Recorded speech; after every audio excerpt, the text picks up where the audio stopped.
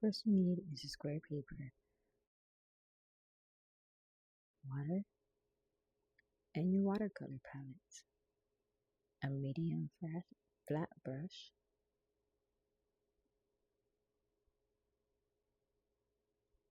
and a thin round brush for details, of course. You're going to need a pencil for drawing. Let's get started. First, you're going to find the edges of your paper. We're going to use that as a reference to where to start. We're going to start in the left bottom corner. You're going to add a dot about right here. Then you're going to measure 3 fingers and add another dot. From the top left corner, you're going to measure 3 fingers from the corner and then 3 fingers from that dot. Once you have your dots made, you're going to connect the first 2 with a straight line, and then you're going to connect the second 2 with a straight line, as best as you can. After we've done our staff, we're going to go ahead and add a dot in the right corner, about right here, and then we're going to add one about halfway down the paper. We are aiming for a kind of rounded square. It's okay to sketch this part out. This is a hard shape to draw. It doesn't have to be perfect, of course. Also, make sure you're not pressing really hard with your pencil, since we are going to erase some of this out. As you can see, I'm not perfect, so I made some mistakes. Adjust as you feel like you need to.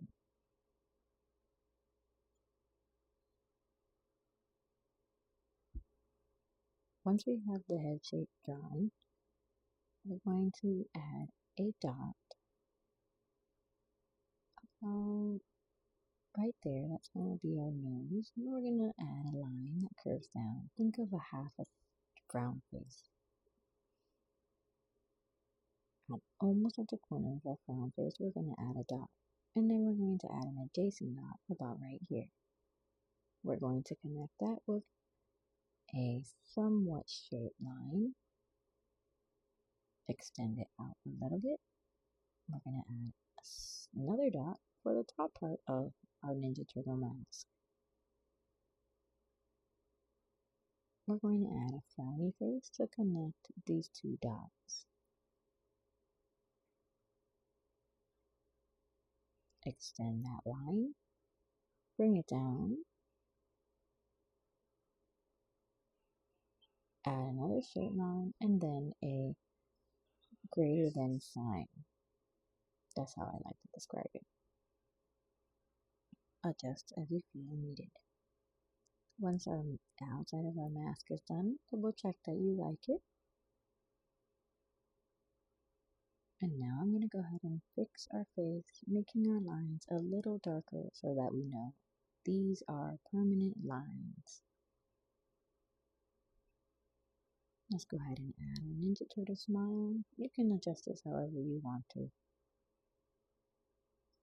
I'm going to make my top a little darker. Now let's start the eye.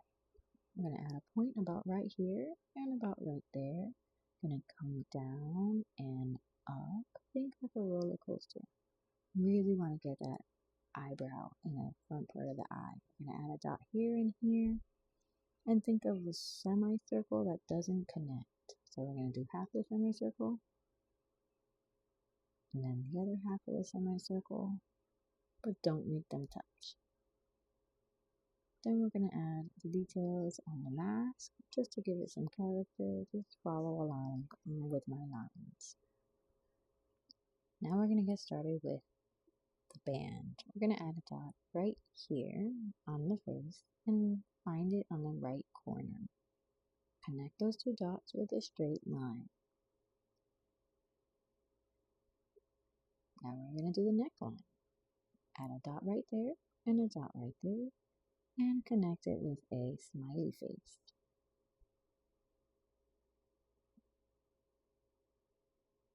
go ahead and add the top part of the band dot right there.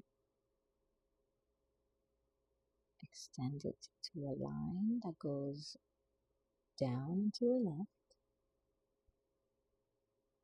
Now we're going to find the end point, which is down here in the corner, and combine. This line should be a little curvy, but not too much. Let's go ahead and go from the staff. We're going to add the arm dots. Just follow along with me. Pause if you need, if I'm going too fast for you.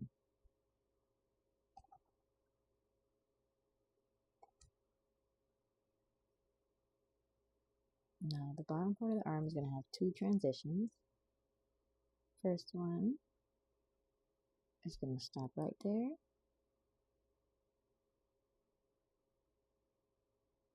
And stop almost at the bottom.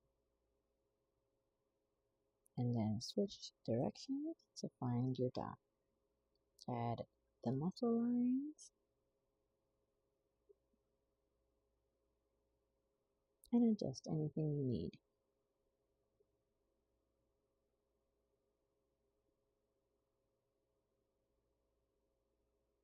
I'm just darkening my staff. I'm going to add the dots for where the white part goes. That's going to combine that with a frowny face. Same thing on the bottom. Find your dots there and there. Frowny face. Darken it. And now add your wood grain. This is subjective. It can be wherever you want it.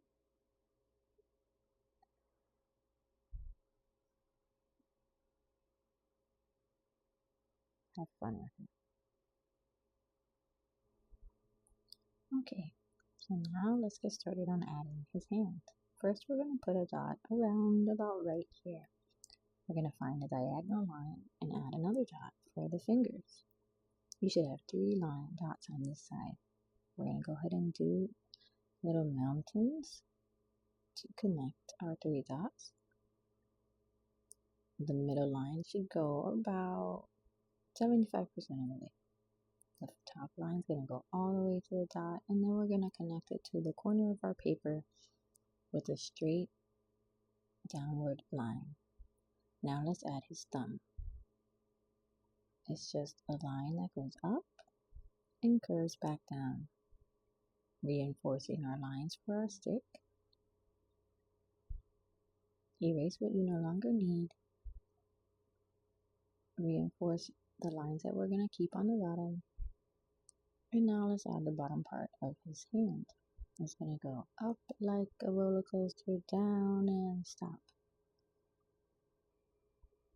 After reinforce our line, then at the bottom of our roller coaster, we're going to add a straight line down. Now let's add his bandages. Think of it like a sideways letter C. Curved and connect. Erase what we no longer need. This next part, you can do it however you want, but this is how I chose to do the bandages on the stick, kind of like a zigzag formation.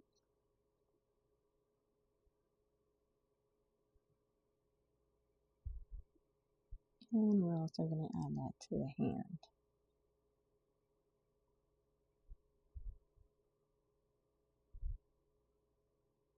Now I'm just erasing all of our guidelines. Anything that we messed up in, that we want to change, this would be the time. Time to start painting. We're going to set up our palette next to us. We're going to dip our brush in water, and first we're going to add just water. We're going to start with our background. With watercolor, you want to make sure that your paper is a little bit wet before you start. Go ahead and grab your dark blue.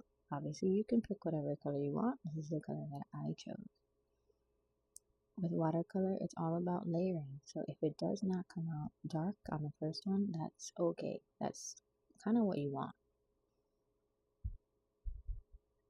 I'm now going to do my entire background with our flat medium brush. You can go pretty fast in the big spaces, but as we get closer to the turtle, make sure that you slow down. I just sped this up so that it wouldn't take a zillion years. See how light it's coming off? That's okay. You can add a little bit, but try not to add too many layers at once, or your paper will just get really soggy and warped. Let's take this time to talk about brush pressure. Watercolor is a really gentle medium, so you don't need to press hard like acrylic. You kind of want to let that brush just glide onto the paper. You also don't need a lot of paint, like literally almost nothing.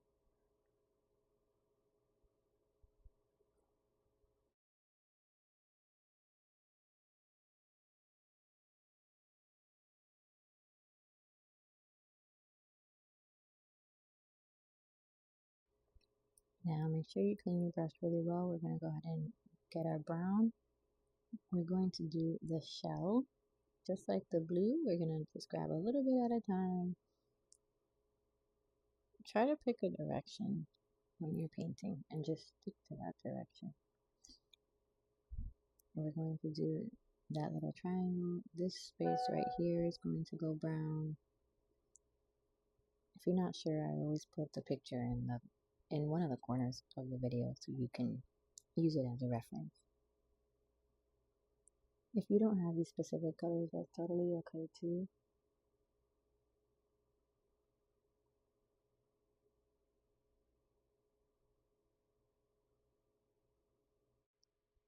Okay, before we clean our brush, we're going to add a little bit of brown right underneath his neck.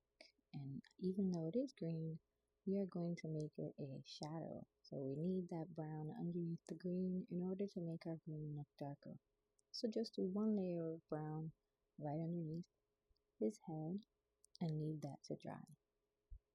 The next color we're going to work on is our main green color. You're looking for a lighter green, and we're just basically going to color his entire body with one layer of that light green.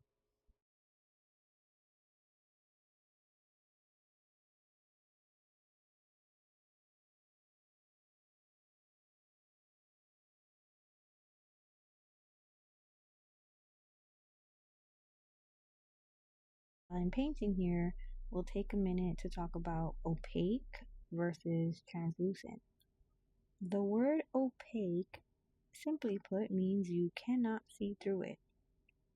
Watercolor paintings tend to be the opposite. They tend to be what's called translucent, which means you can see the layers that go with painting watercolor. So as you see here, if I do a layer, it looks slightly darker. The more layers I do, the more opaque the color is going to become. The less layers I do, the more translucent the color remains.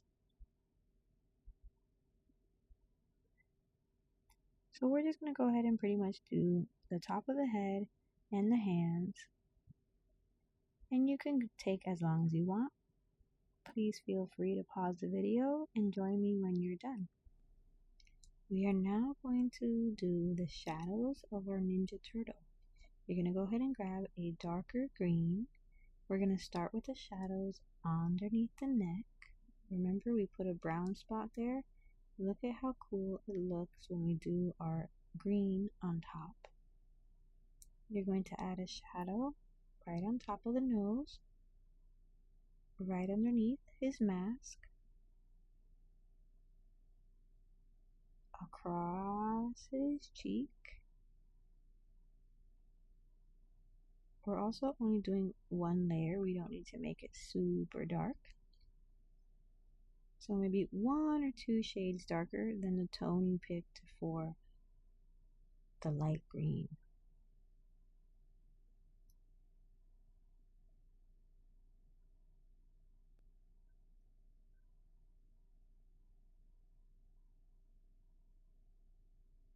We're going to add a shadow across the top of his head.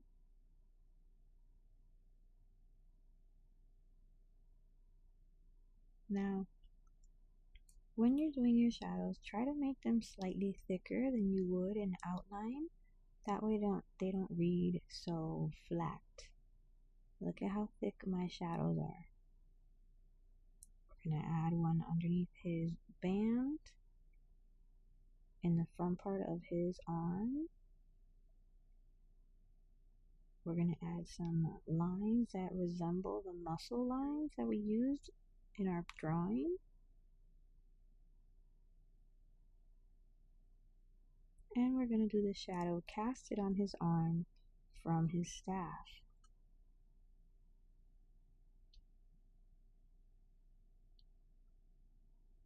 Moving on to the hand. So I decided that my hand needed to be a little bit darker. It was too translucent for my liking. So I'm going to take the time here and just add a second layer of our light green. And I'm actually going to go ahead and add a second layer to the entire turtle.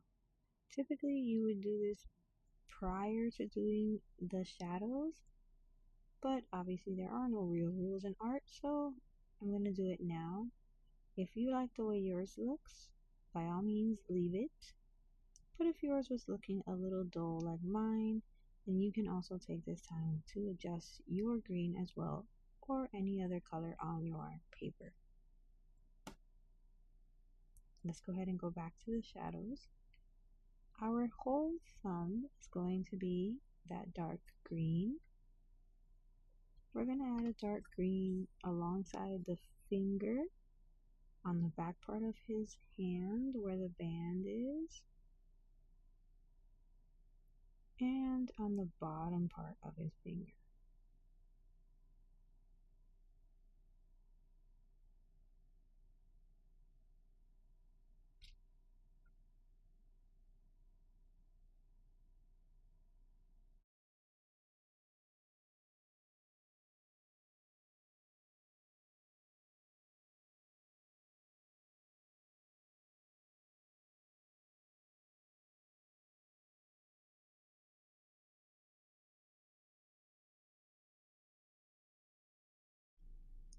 We're going to go ahead and clean off our brush and grab our red. Remember, your brush should always be a little bit wet. So I'm going to go ahead and take the time here and wet my entire section. It's okay if it's almost clear. Remember, we want to wet the paper first, just a little bit. I'm going to go back in and grab as much pigment as I can. This one we do want it to be quite opaque. We're going to go back to our band and just fill it in as neatly as possible.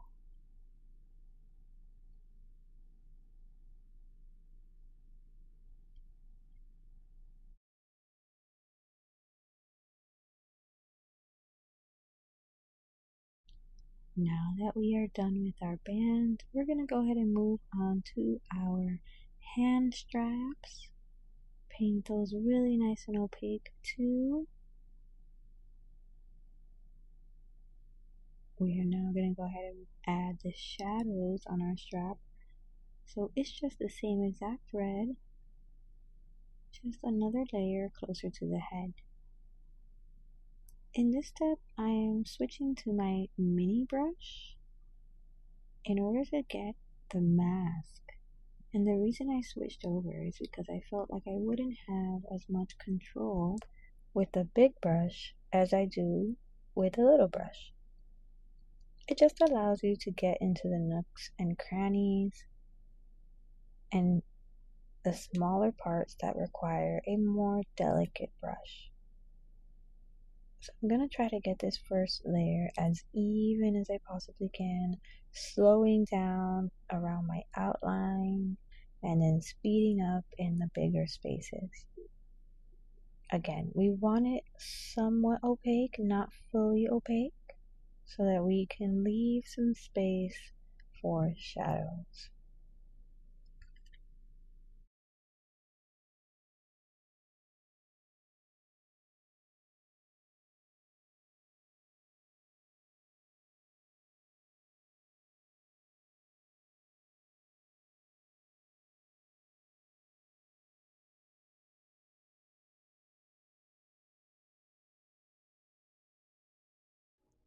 Okay, we're going to start putting our shadows in now. We're going to put some on the right side and left side of the eye.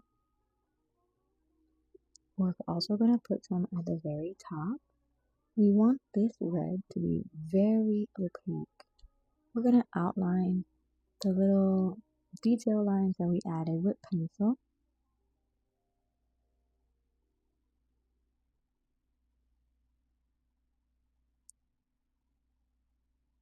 You can go ahead and follow along with me. Make sure that, again, your brush is always a little wet. I wanted to go ahead and make this red a little bit darker. The more contrast you have on a painting, the more realistic you're going to get it to look. You're going to go ahead and add some dark red at the bottom of his arm. We're now going to go back and do our second layer on our background. Remember, we spoke about watercolor needing to dry before applying a second layer. Look at how much darker our blue will look now that our first layer has dried. Make sure you only put a little bit of water. Go add as you need. We don't need this layer to be so wet. The darker we get our blue, the better our turtle will look. I'm not going to get too much into contrast, but contrast is the difference between lights and darks on a painting. And that, like I said earlier, is what allows it to look more realistic. So in order for your lights to look really light, your darks have to be allowed to get really dark. If not, you'll end up with a bunch of medium tones and your painting will end up looking flat. Let's go ahead and switch over to our detail brush. We're going to add our outlines now. This part is what's really going to push your painting from okay to wow. I'm not going to talk too much through our outlining. A lot of you already know how to do this, but your main focus here is holding your paintbrush to straight up. What that means is the back of your brush should be pointing towards the ceiling. Look at how high my brush is. You want to really just use the tip of your brush, not the body of your brush. So you should only have paint on the point of it. This will allow you for really thin lines where you want it to be. Another thing we're going to talk about is line weight. What that means, if you see some of my lines are really thin while others are really fat, that really gives your painting a character. It doesn't make it look so perfect. So in some areas, and you can pick and choose these areas, you want to press down with your brush, and in some areas, you're barely pressing down on your brush. It's the pressure we put on our paintbrushes that cause a thick line. So if you want them really thin, almost not noticeable, try not to put any pressure on your brush whatsoever.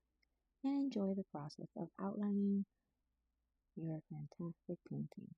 If you've gotten this far, thank you so much for watching my class today.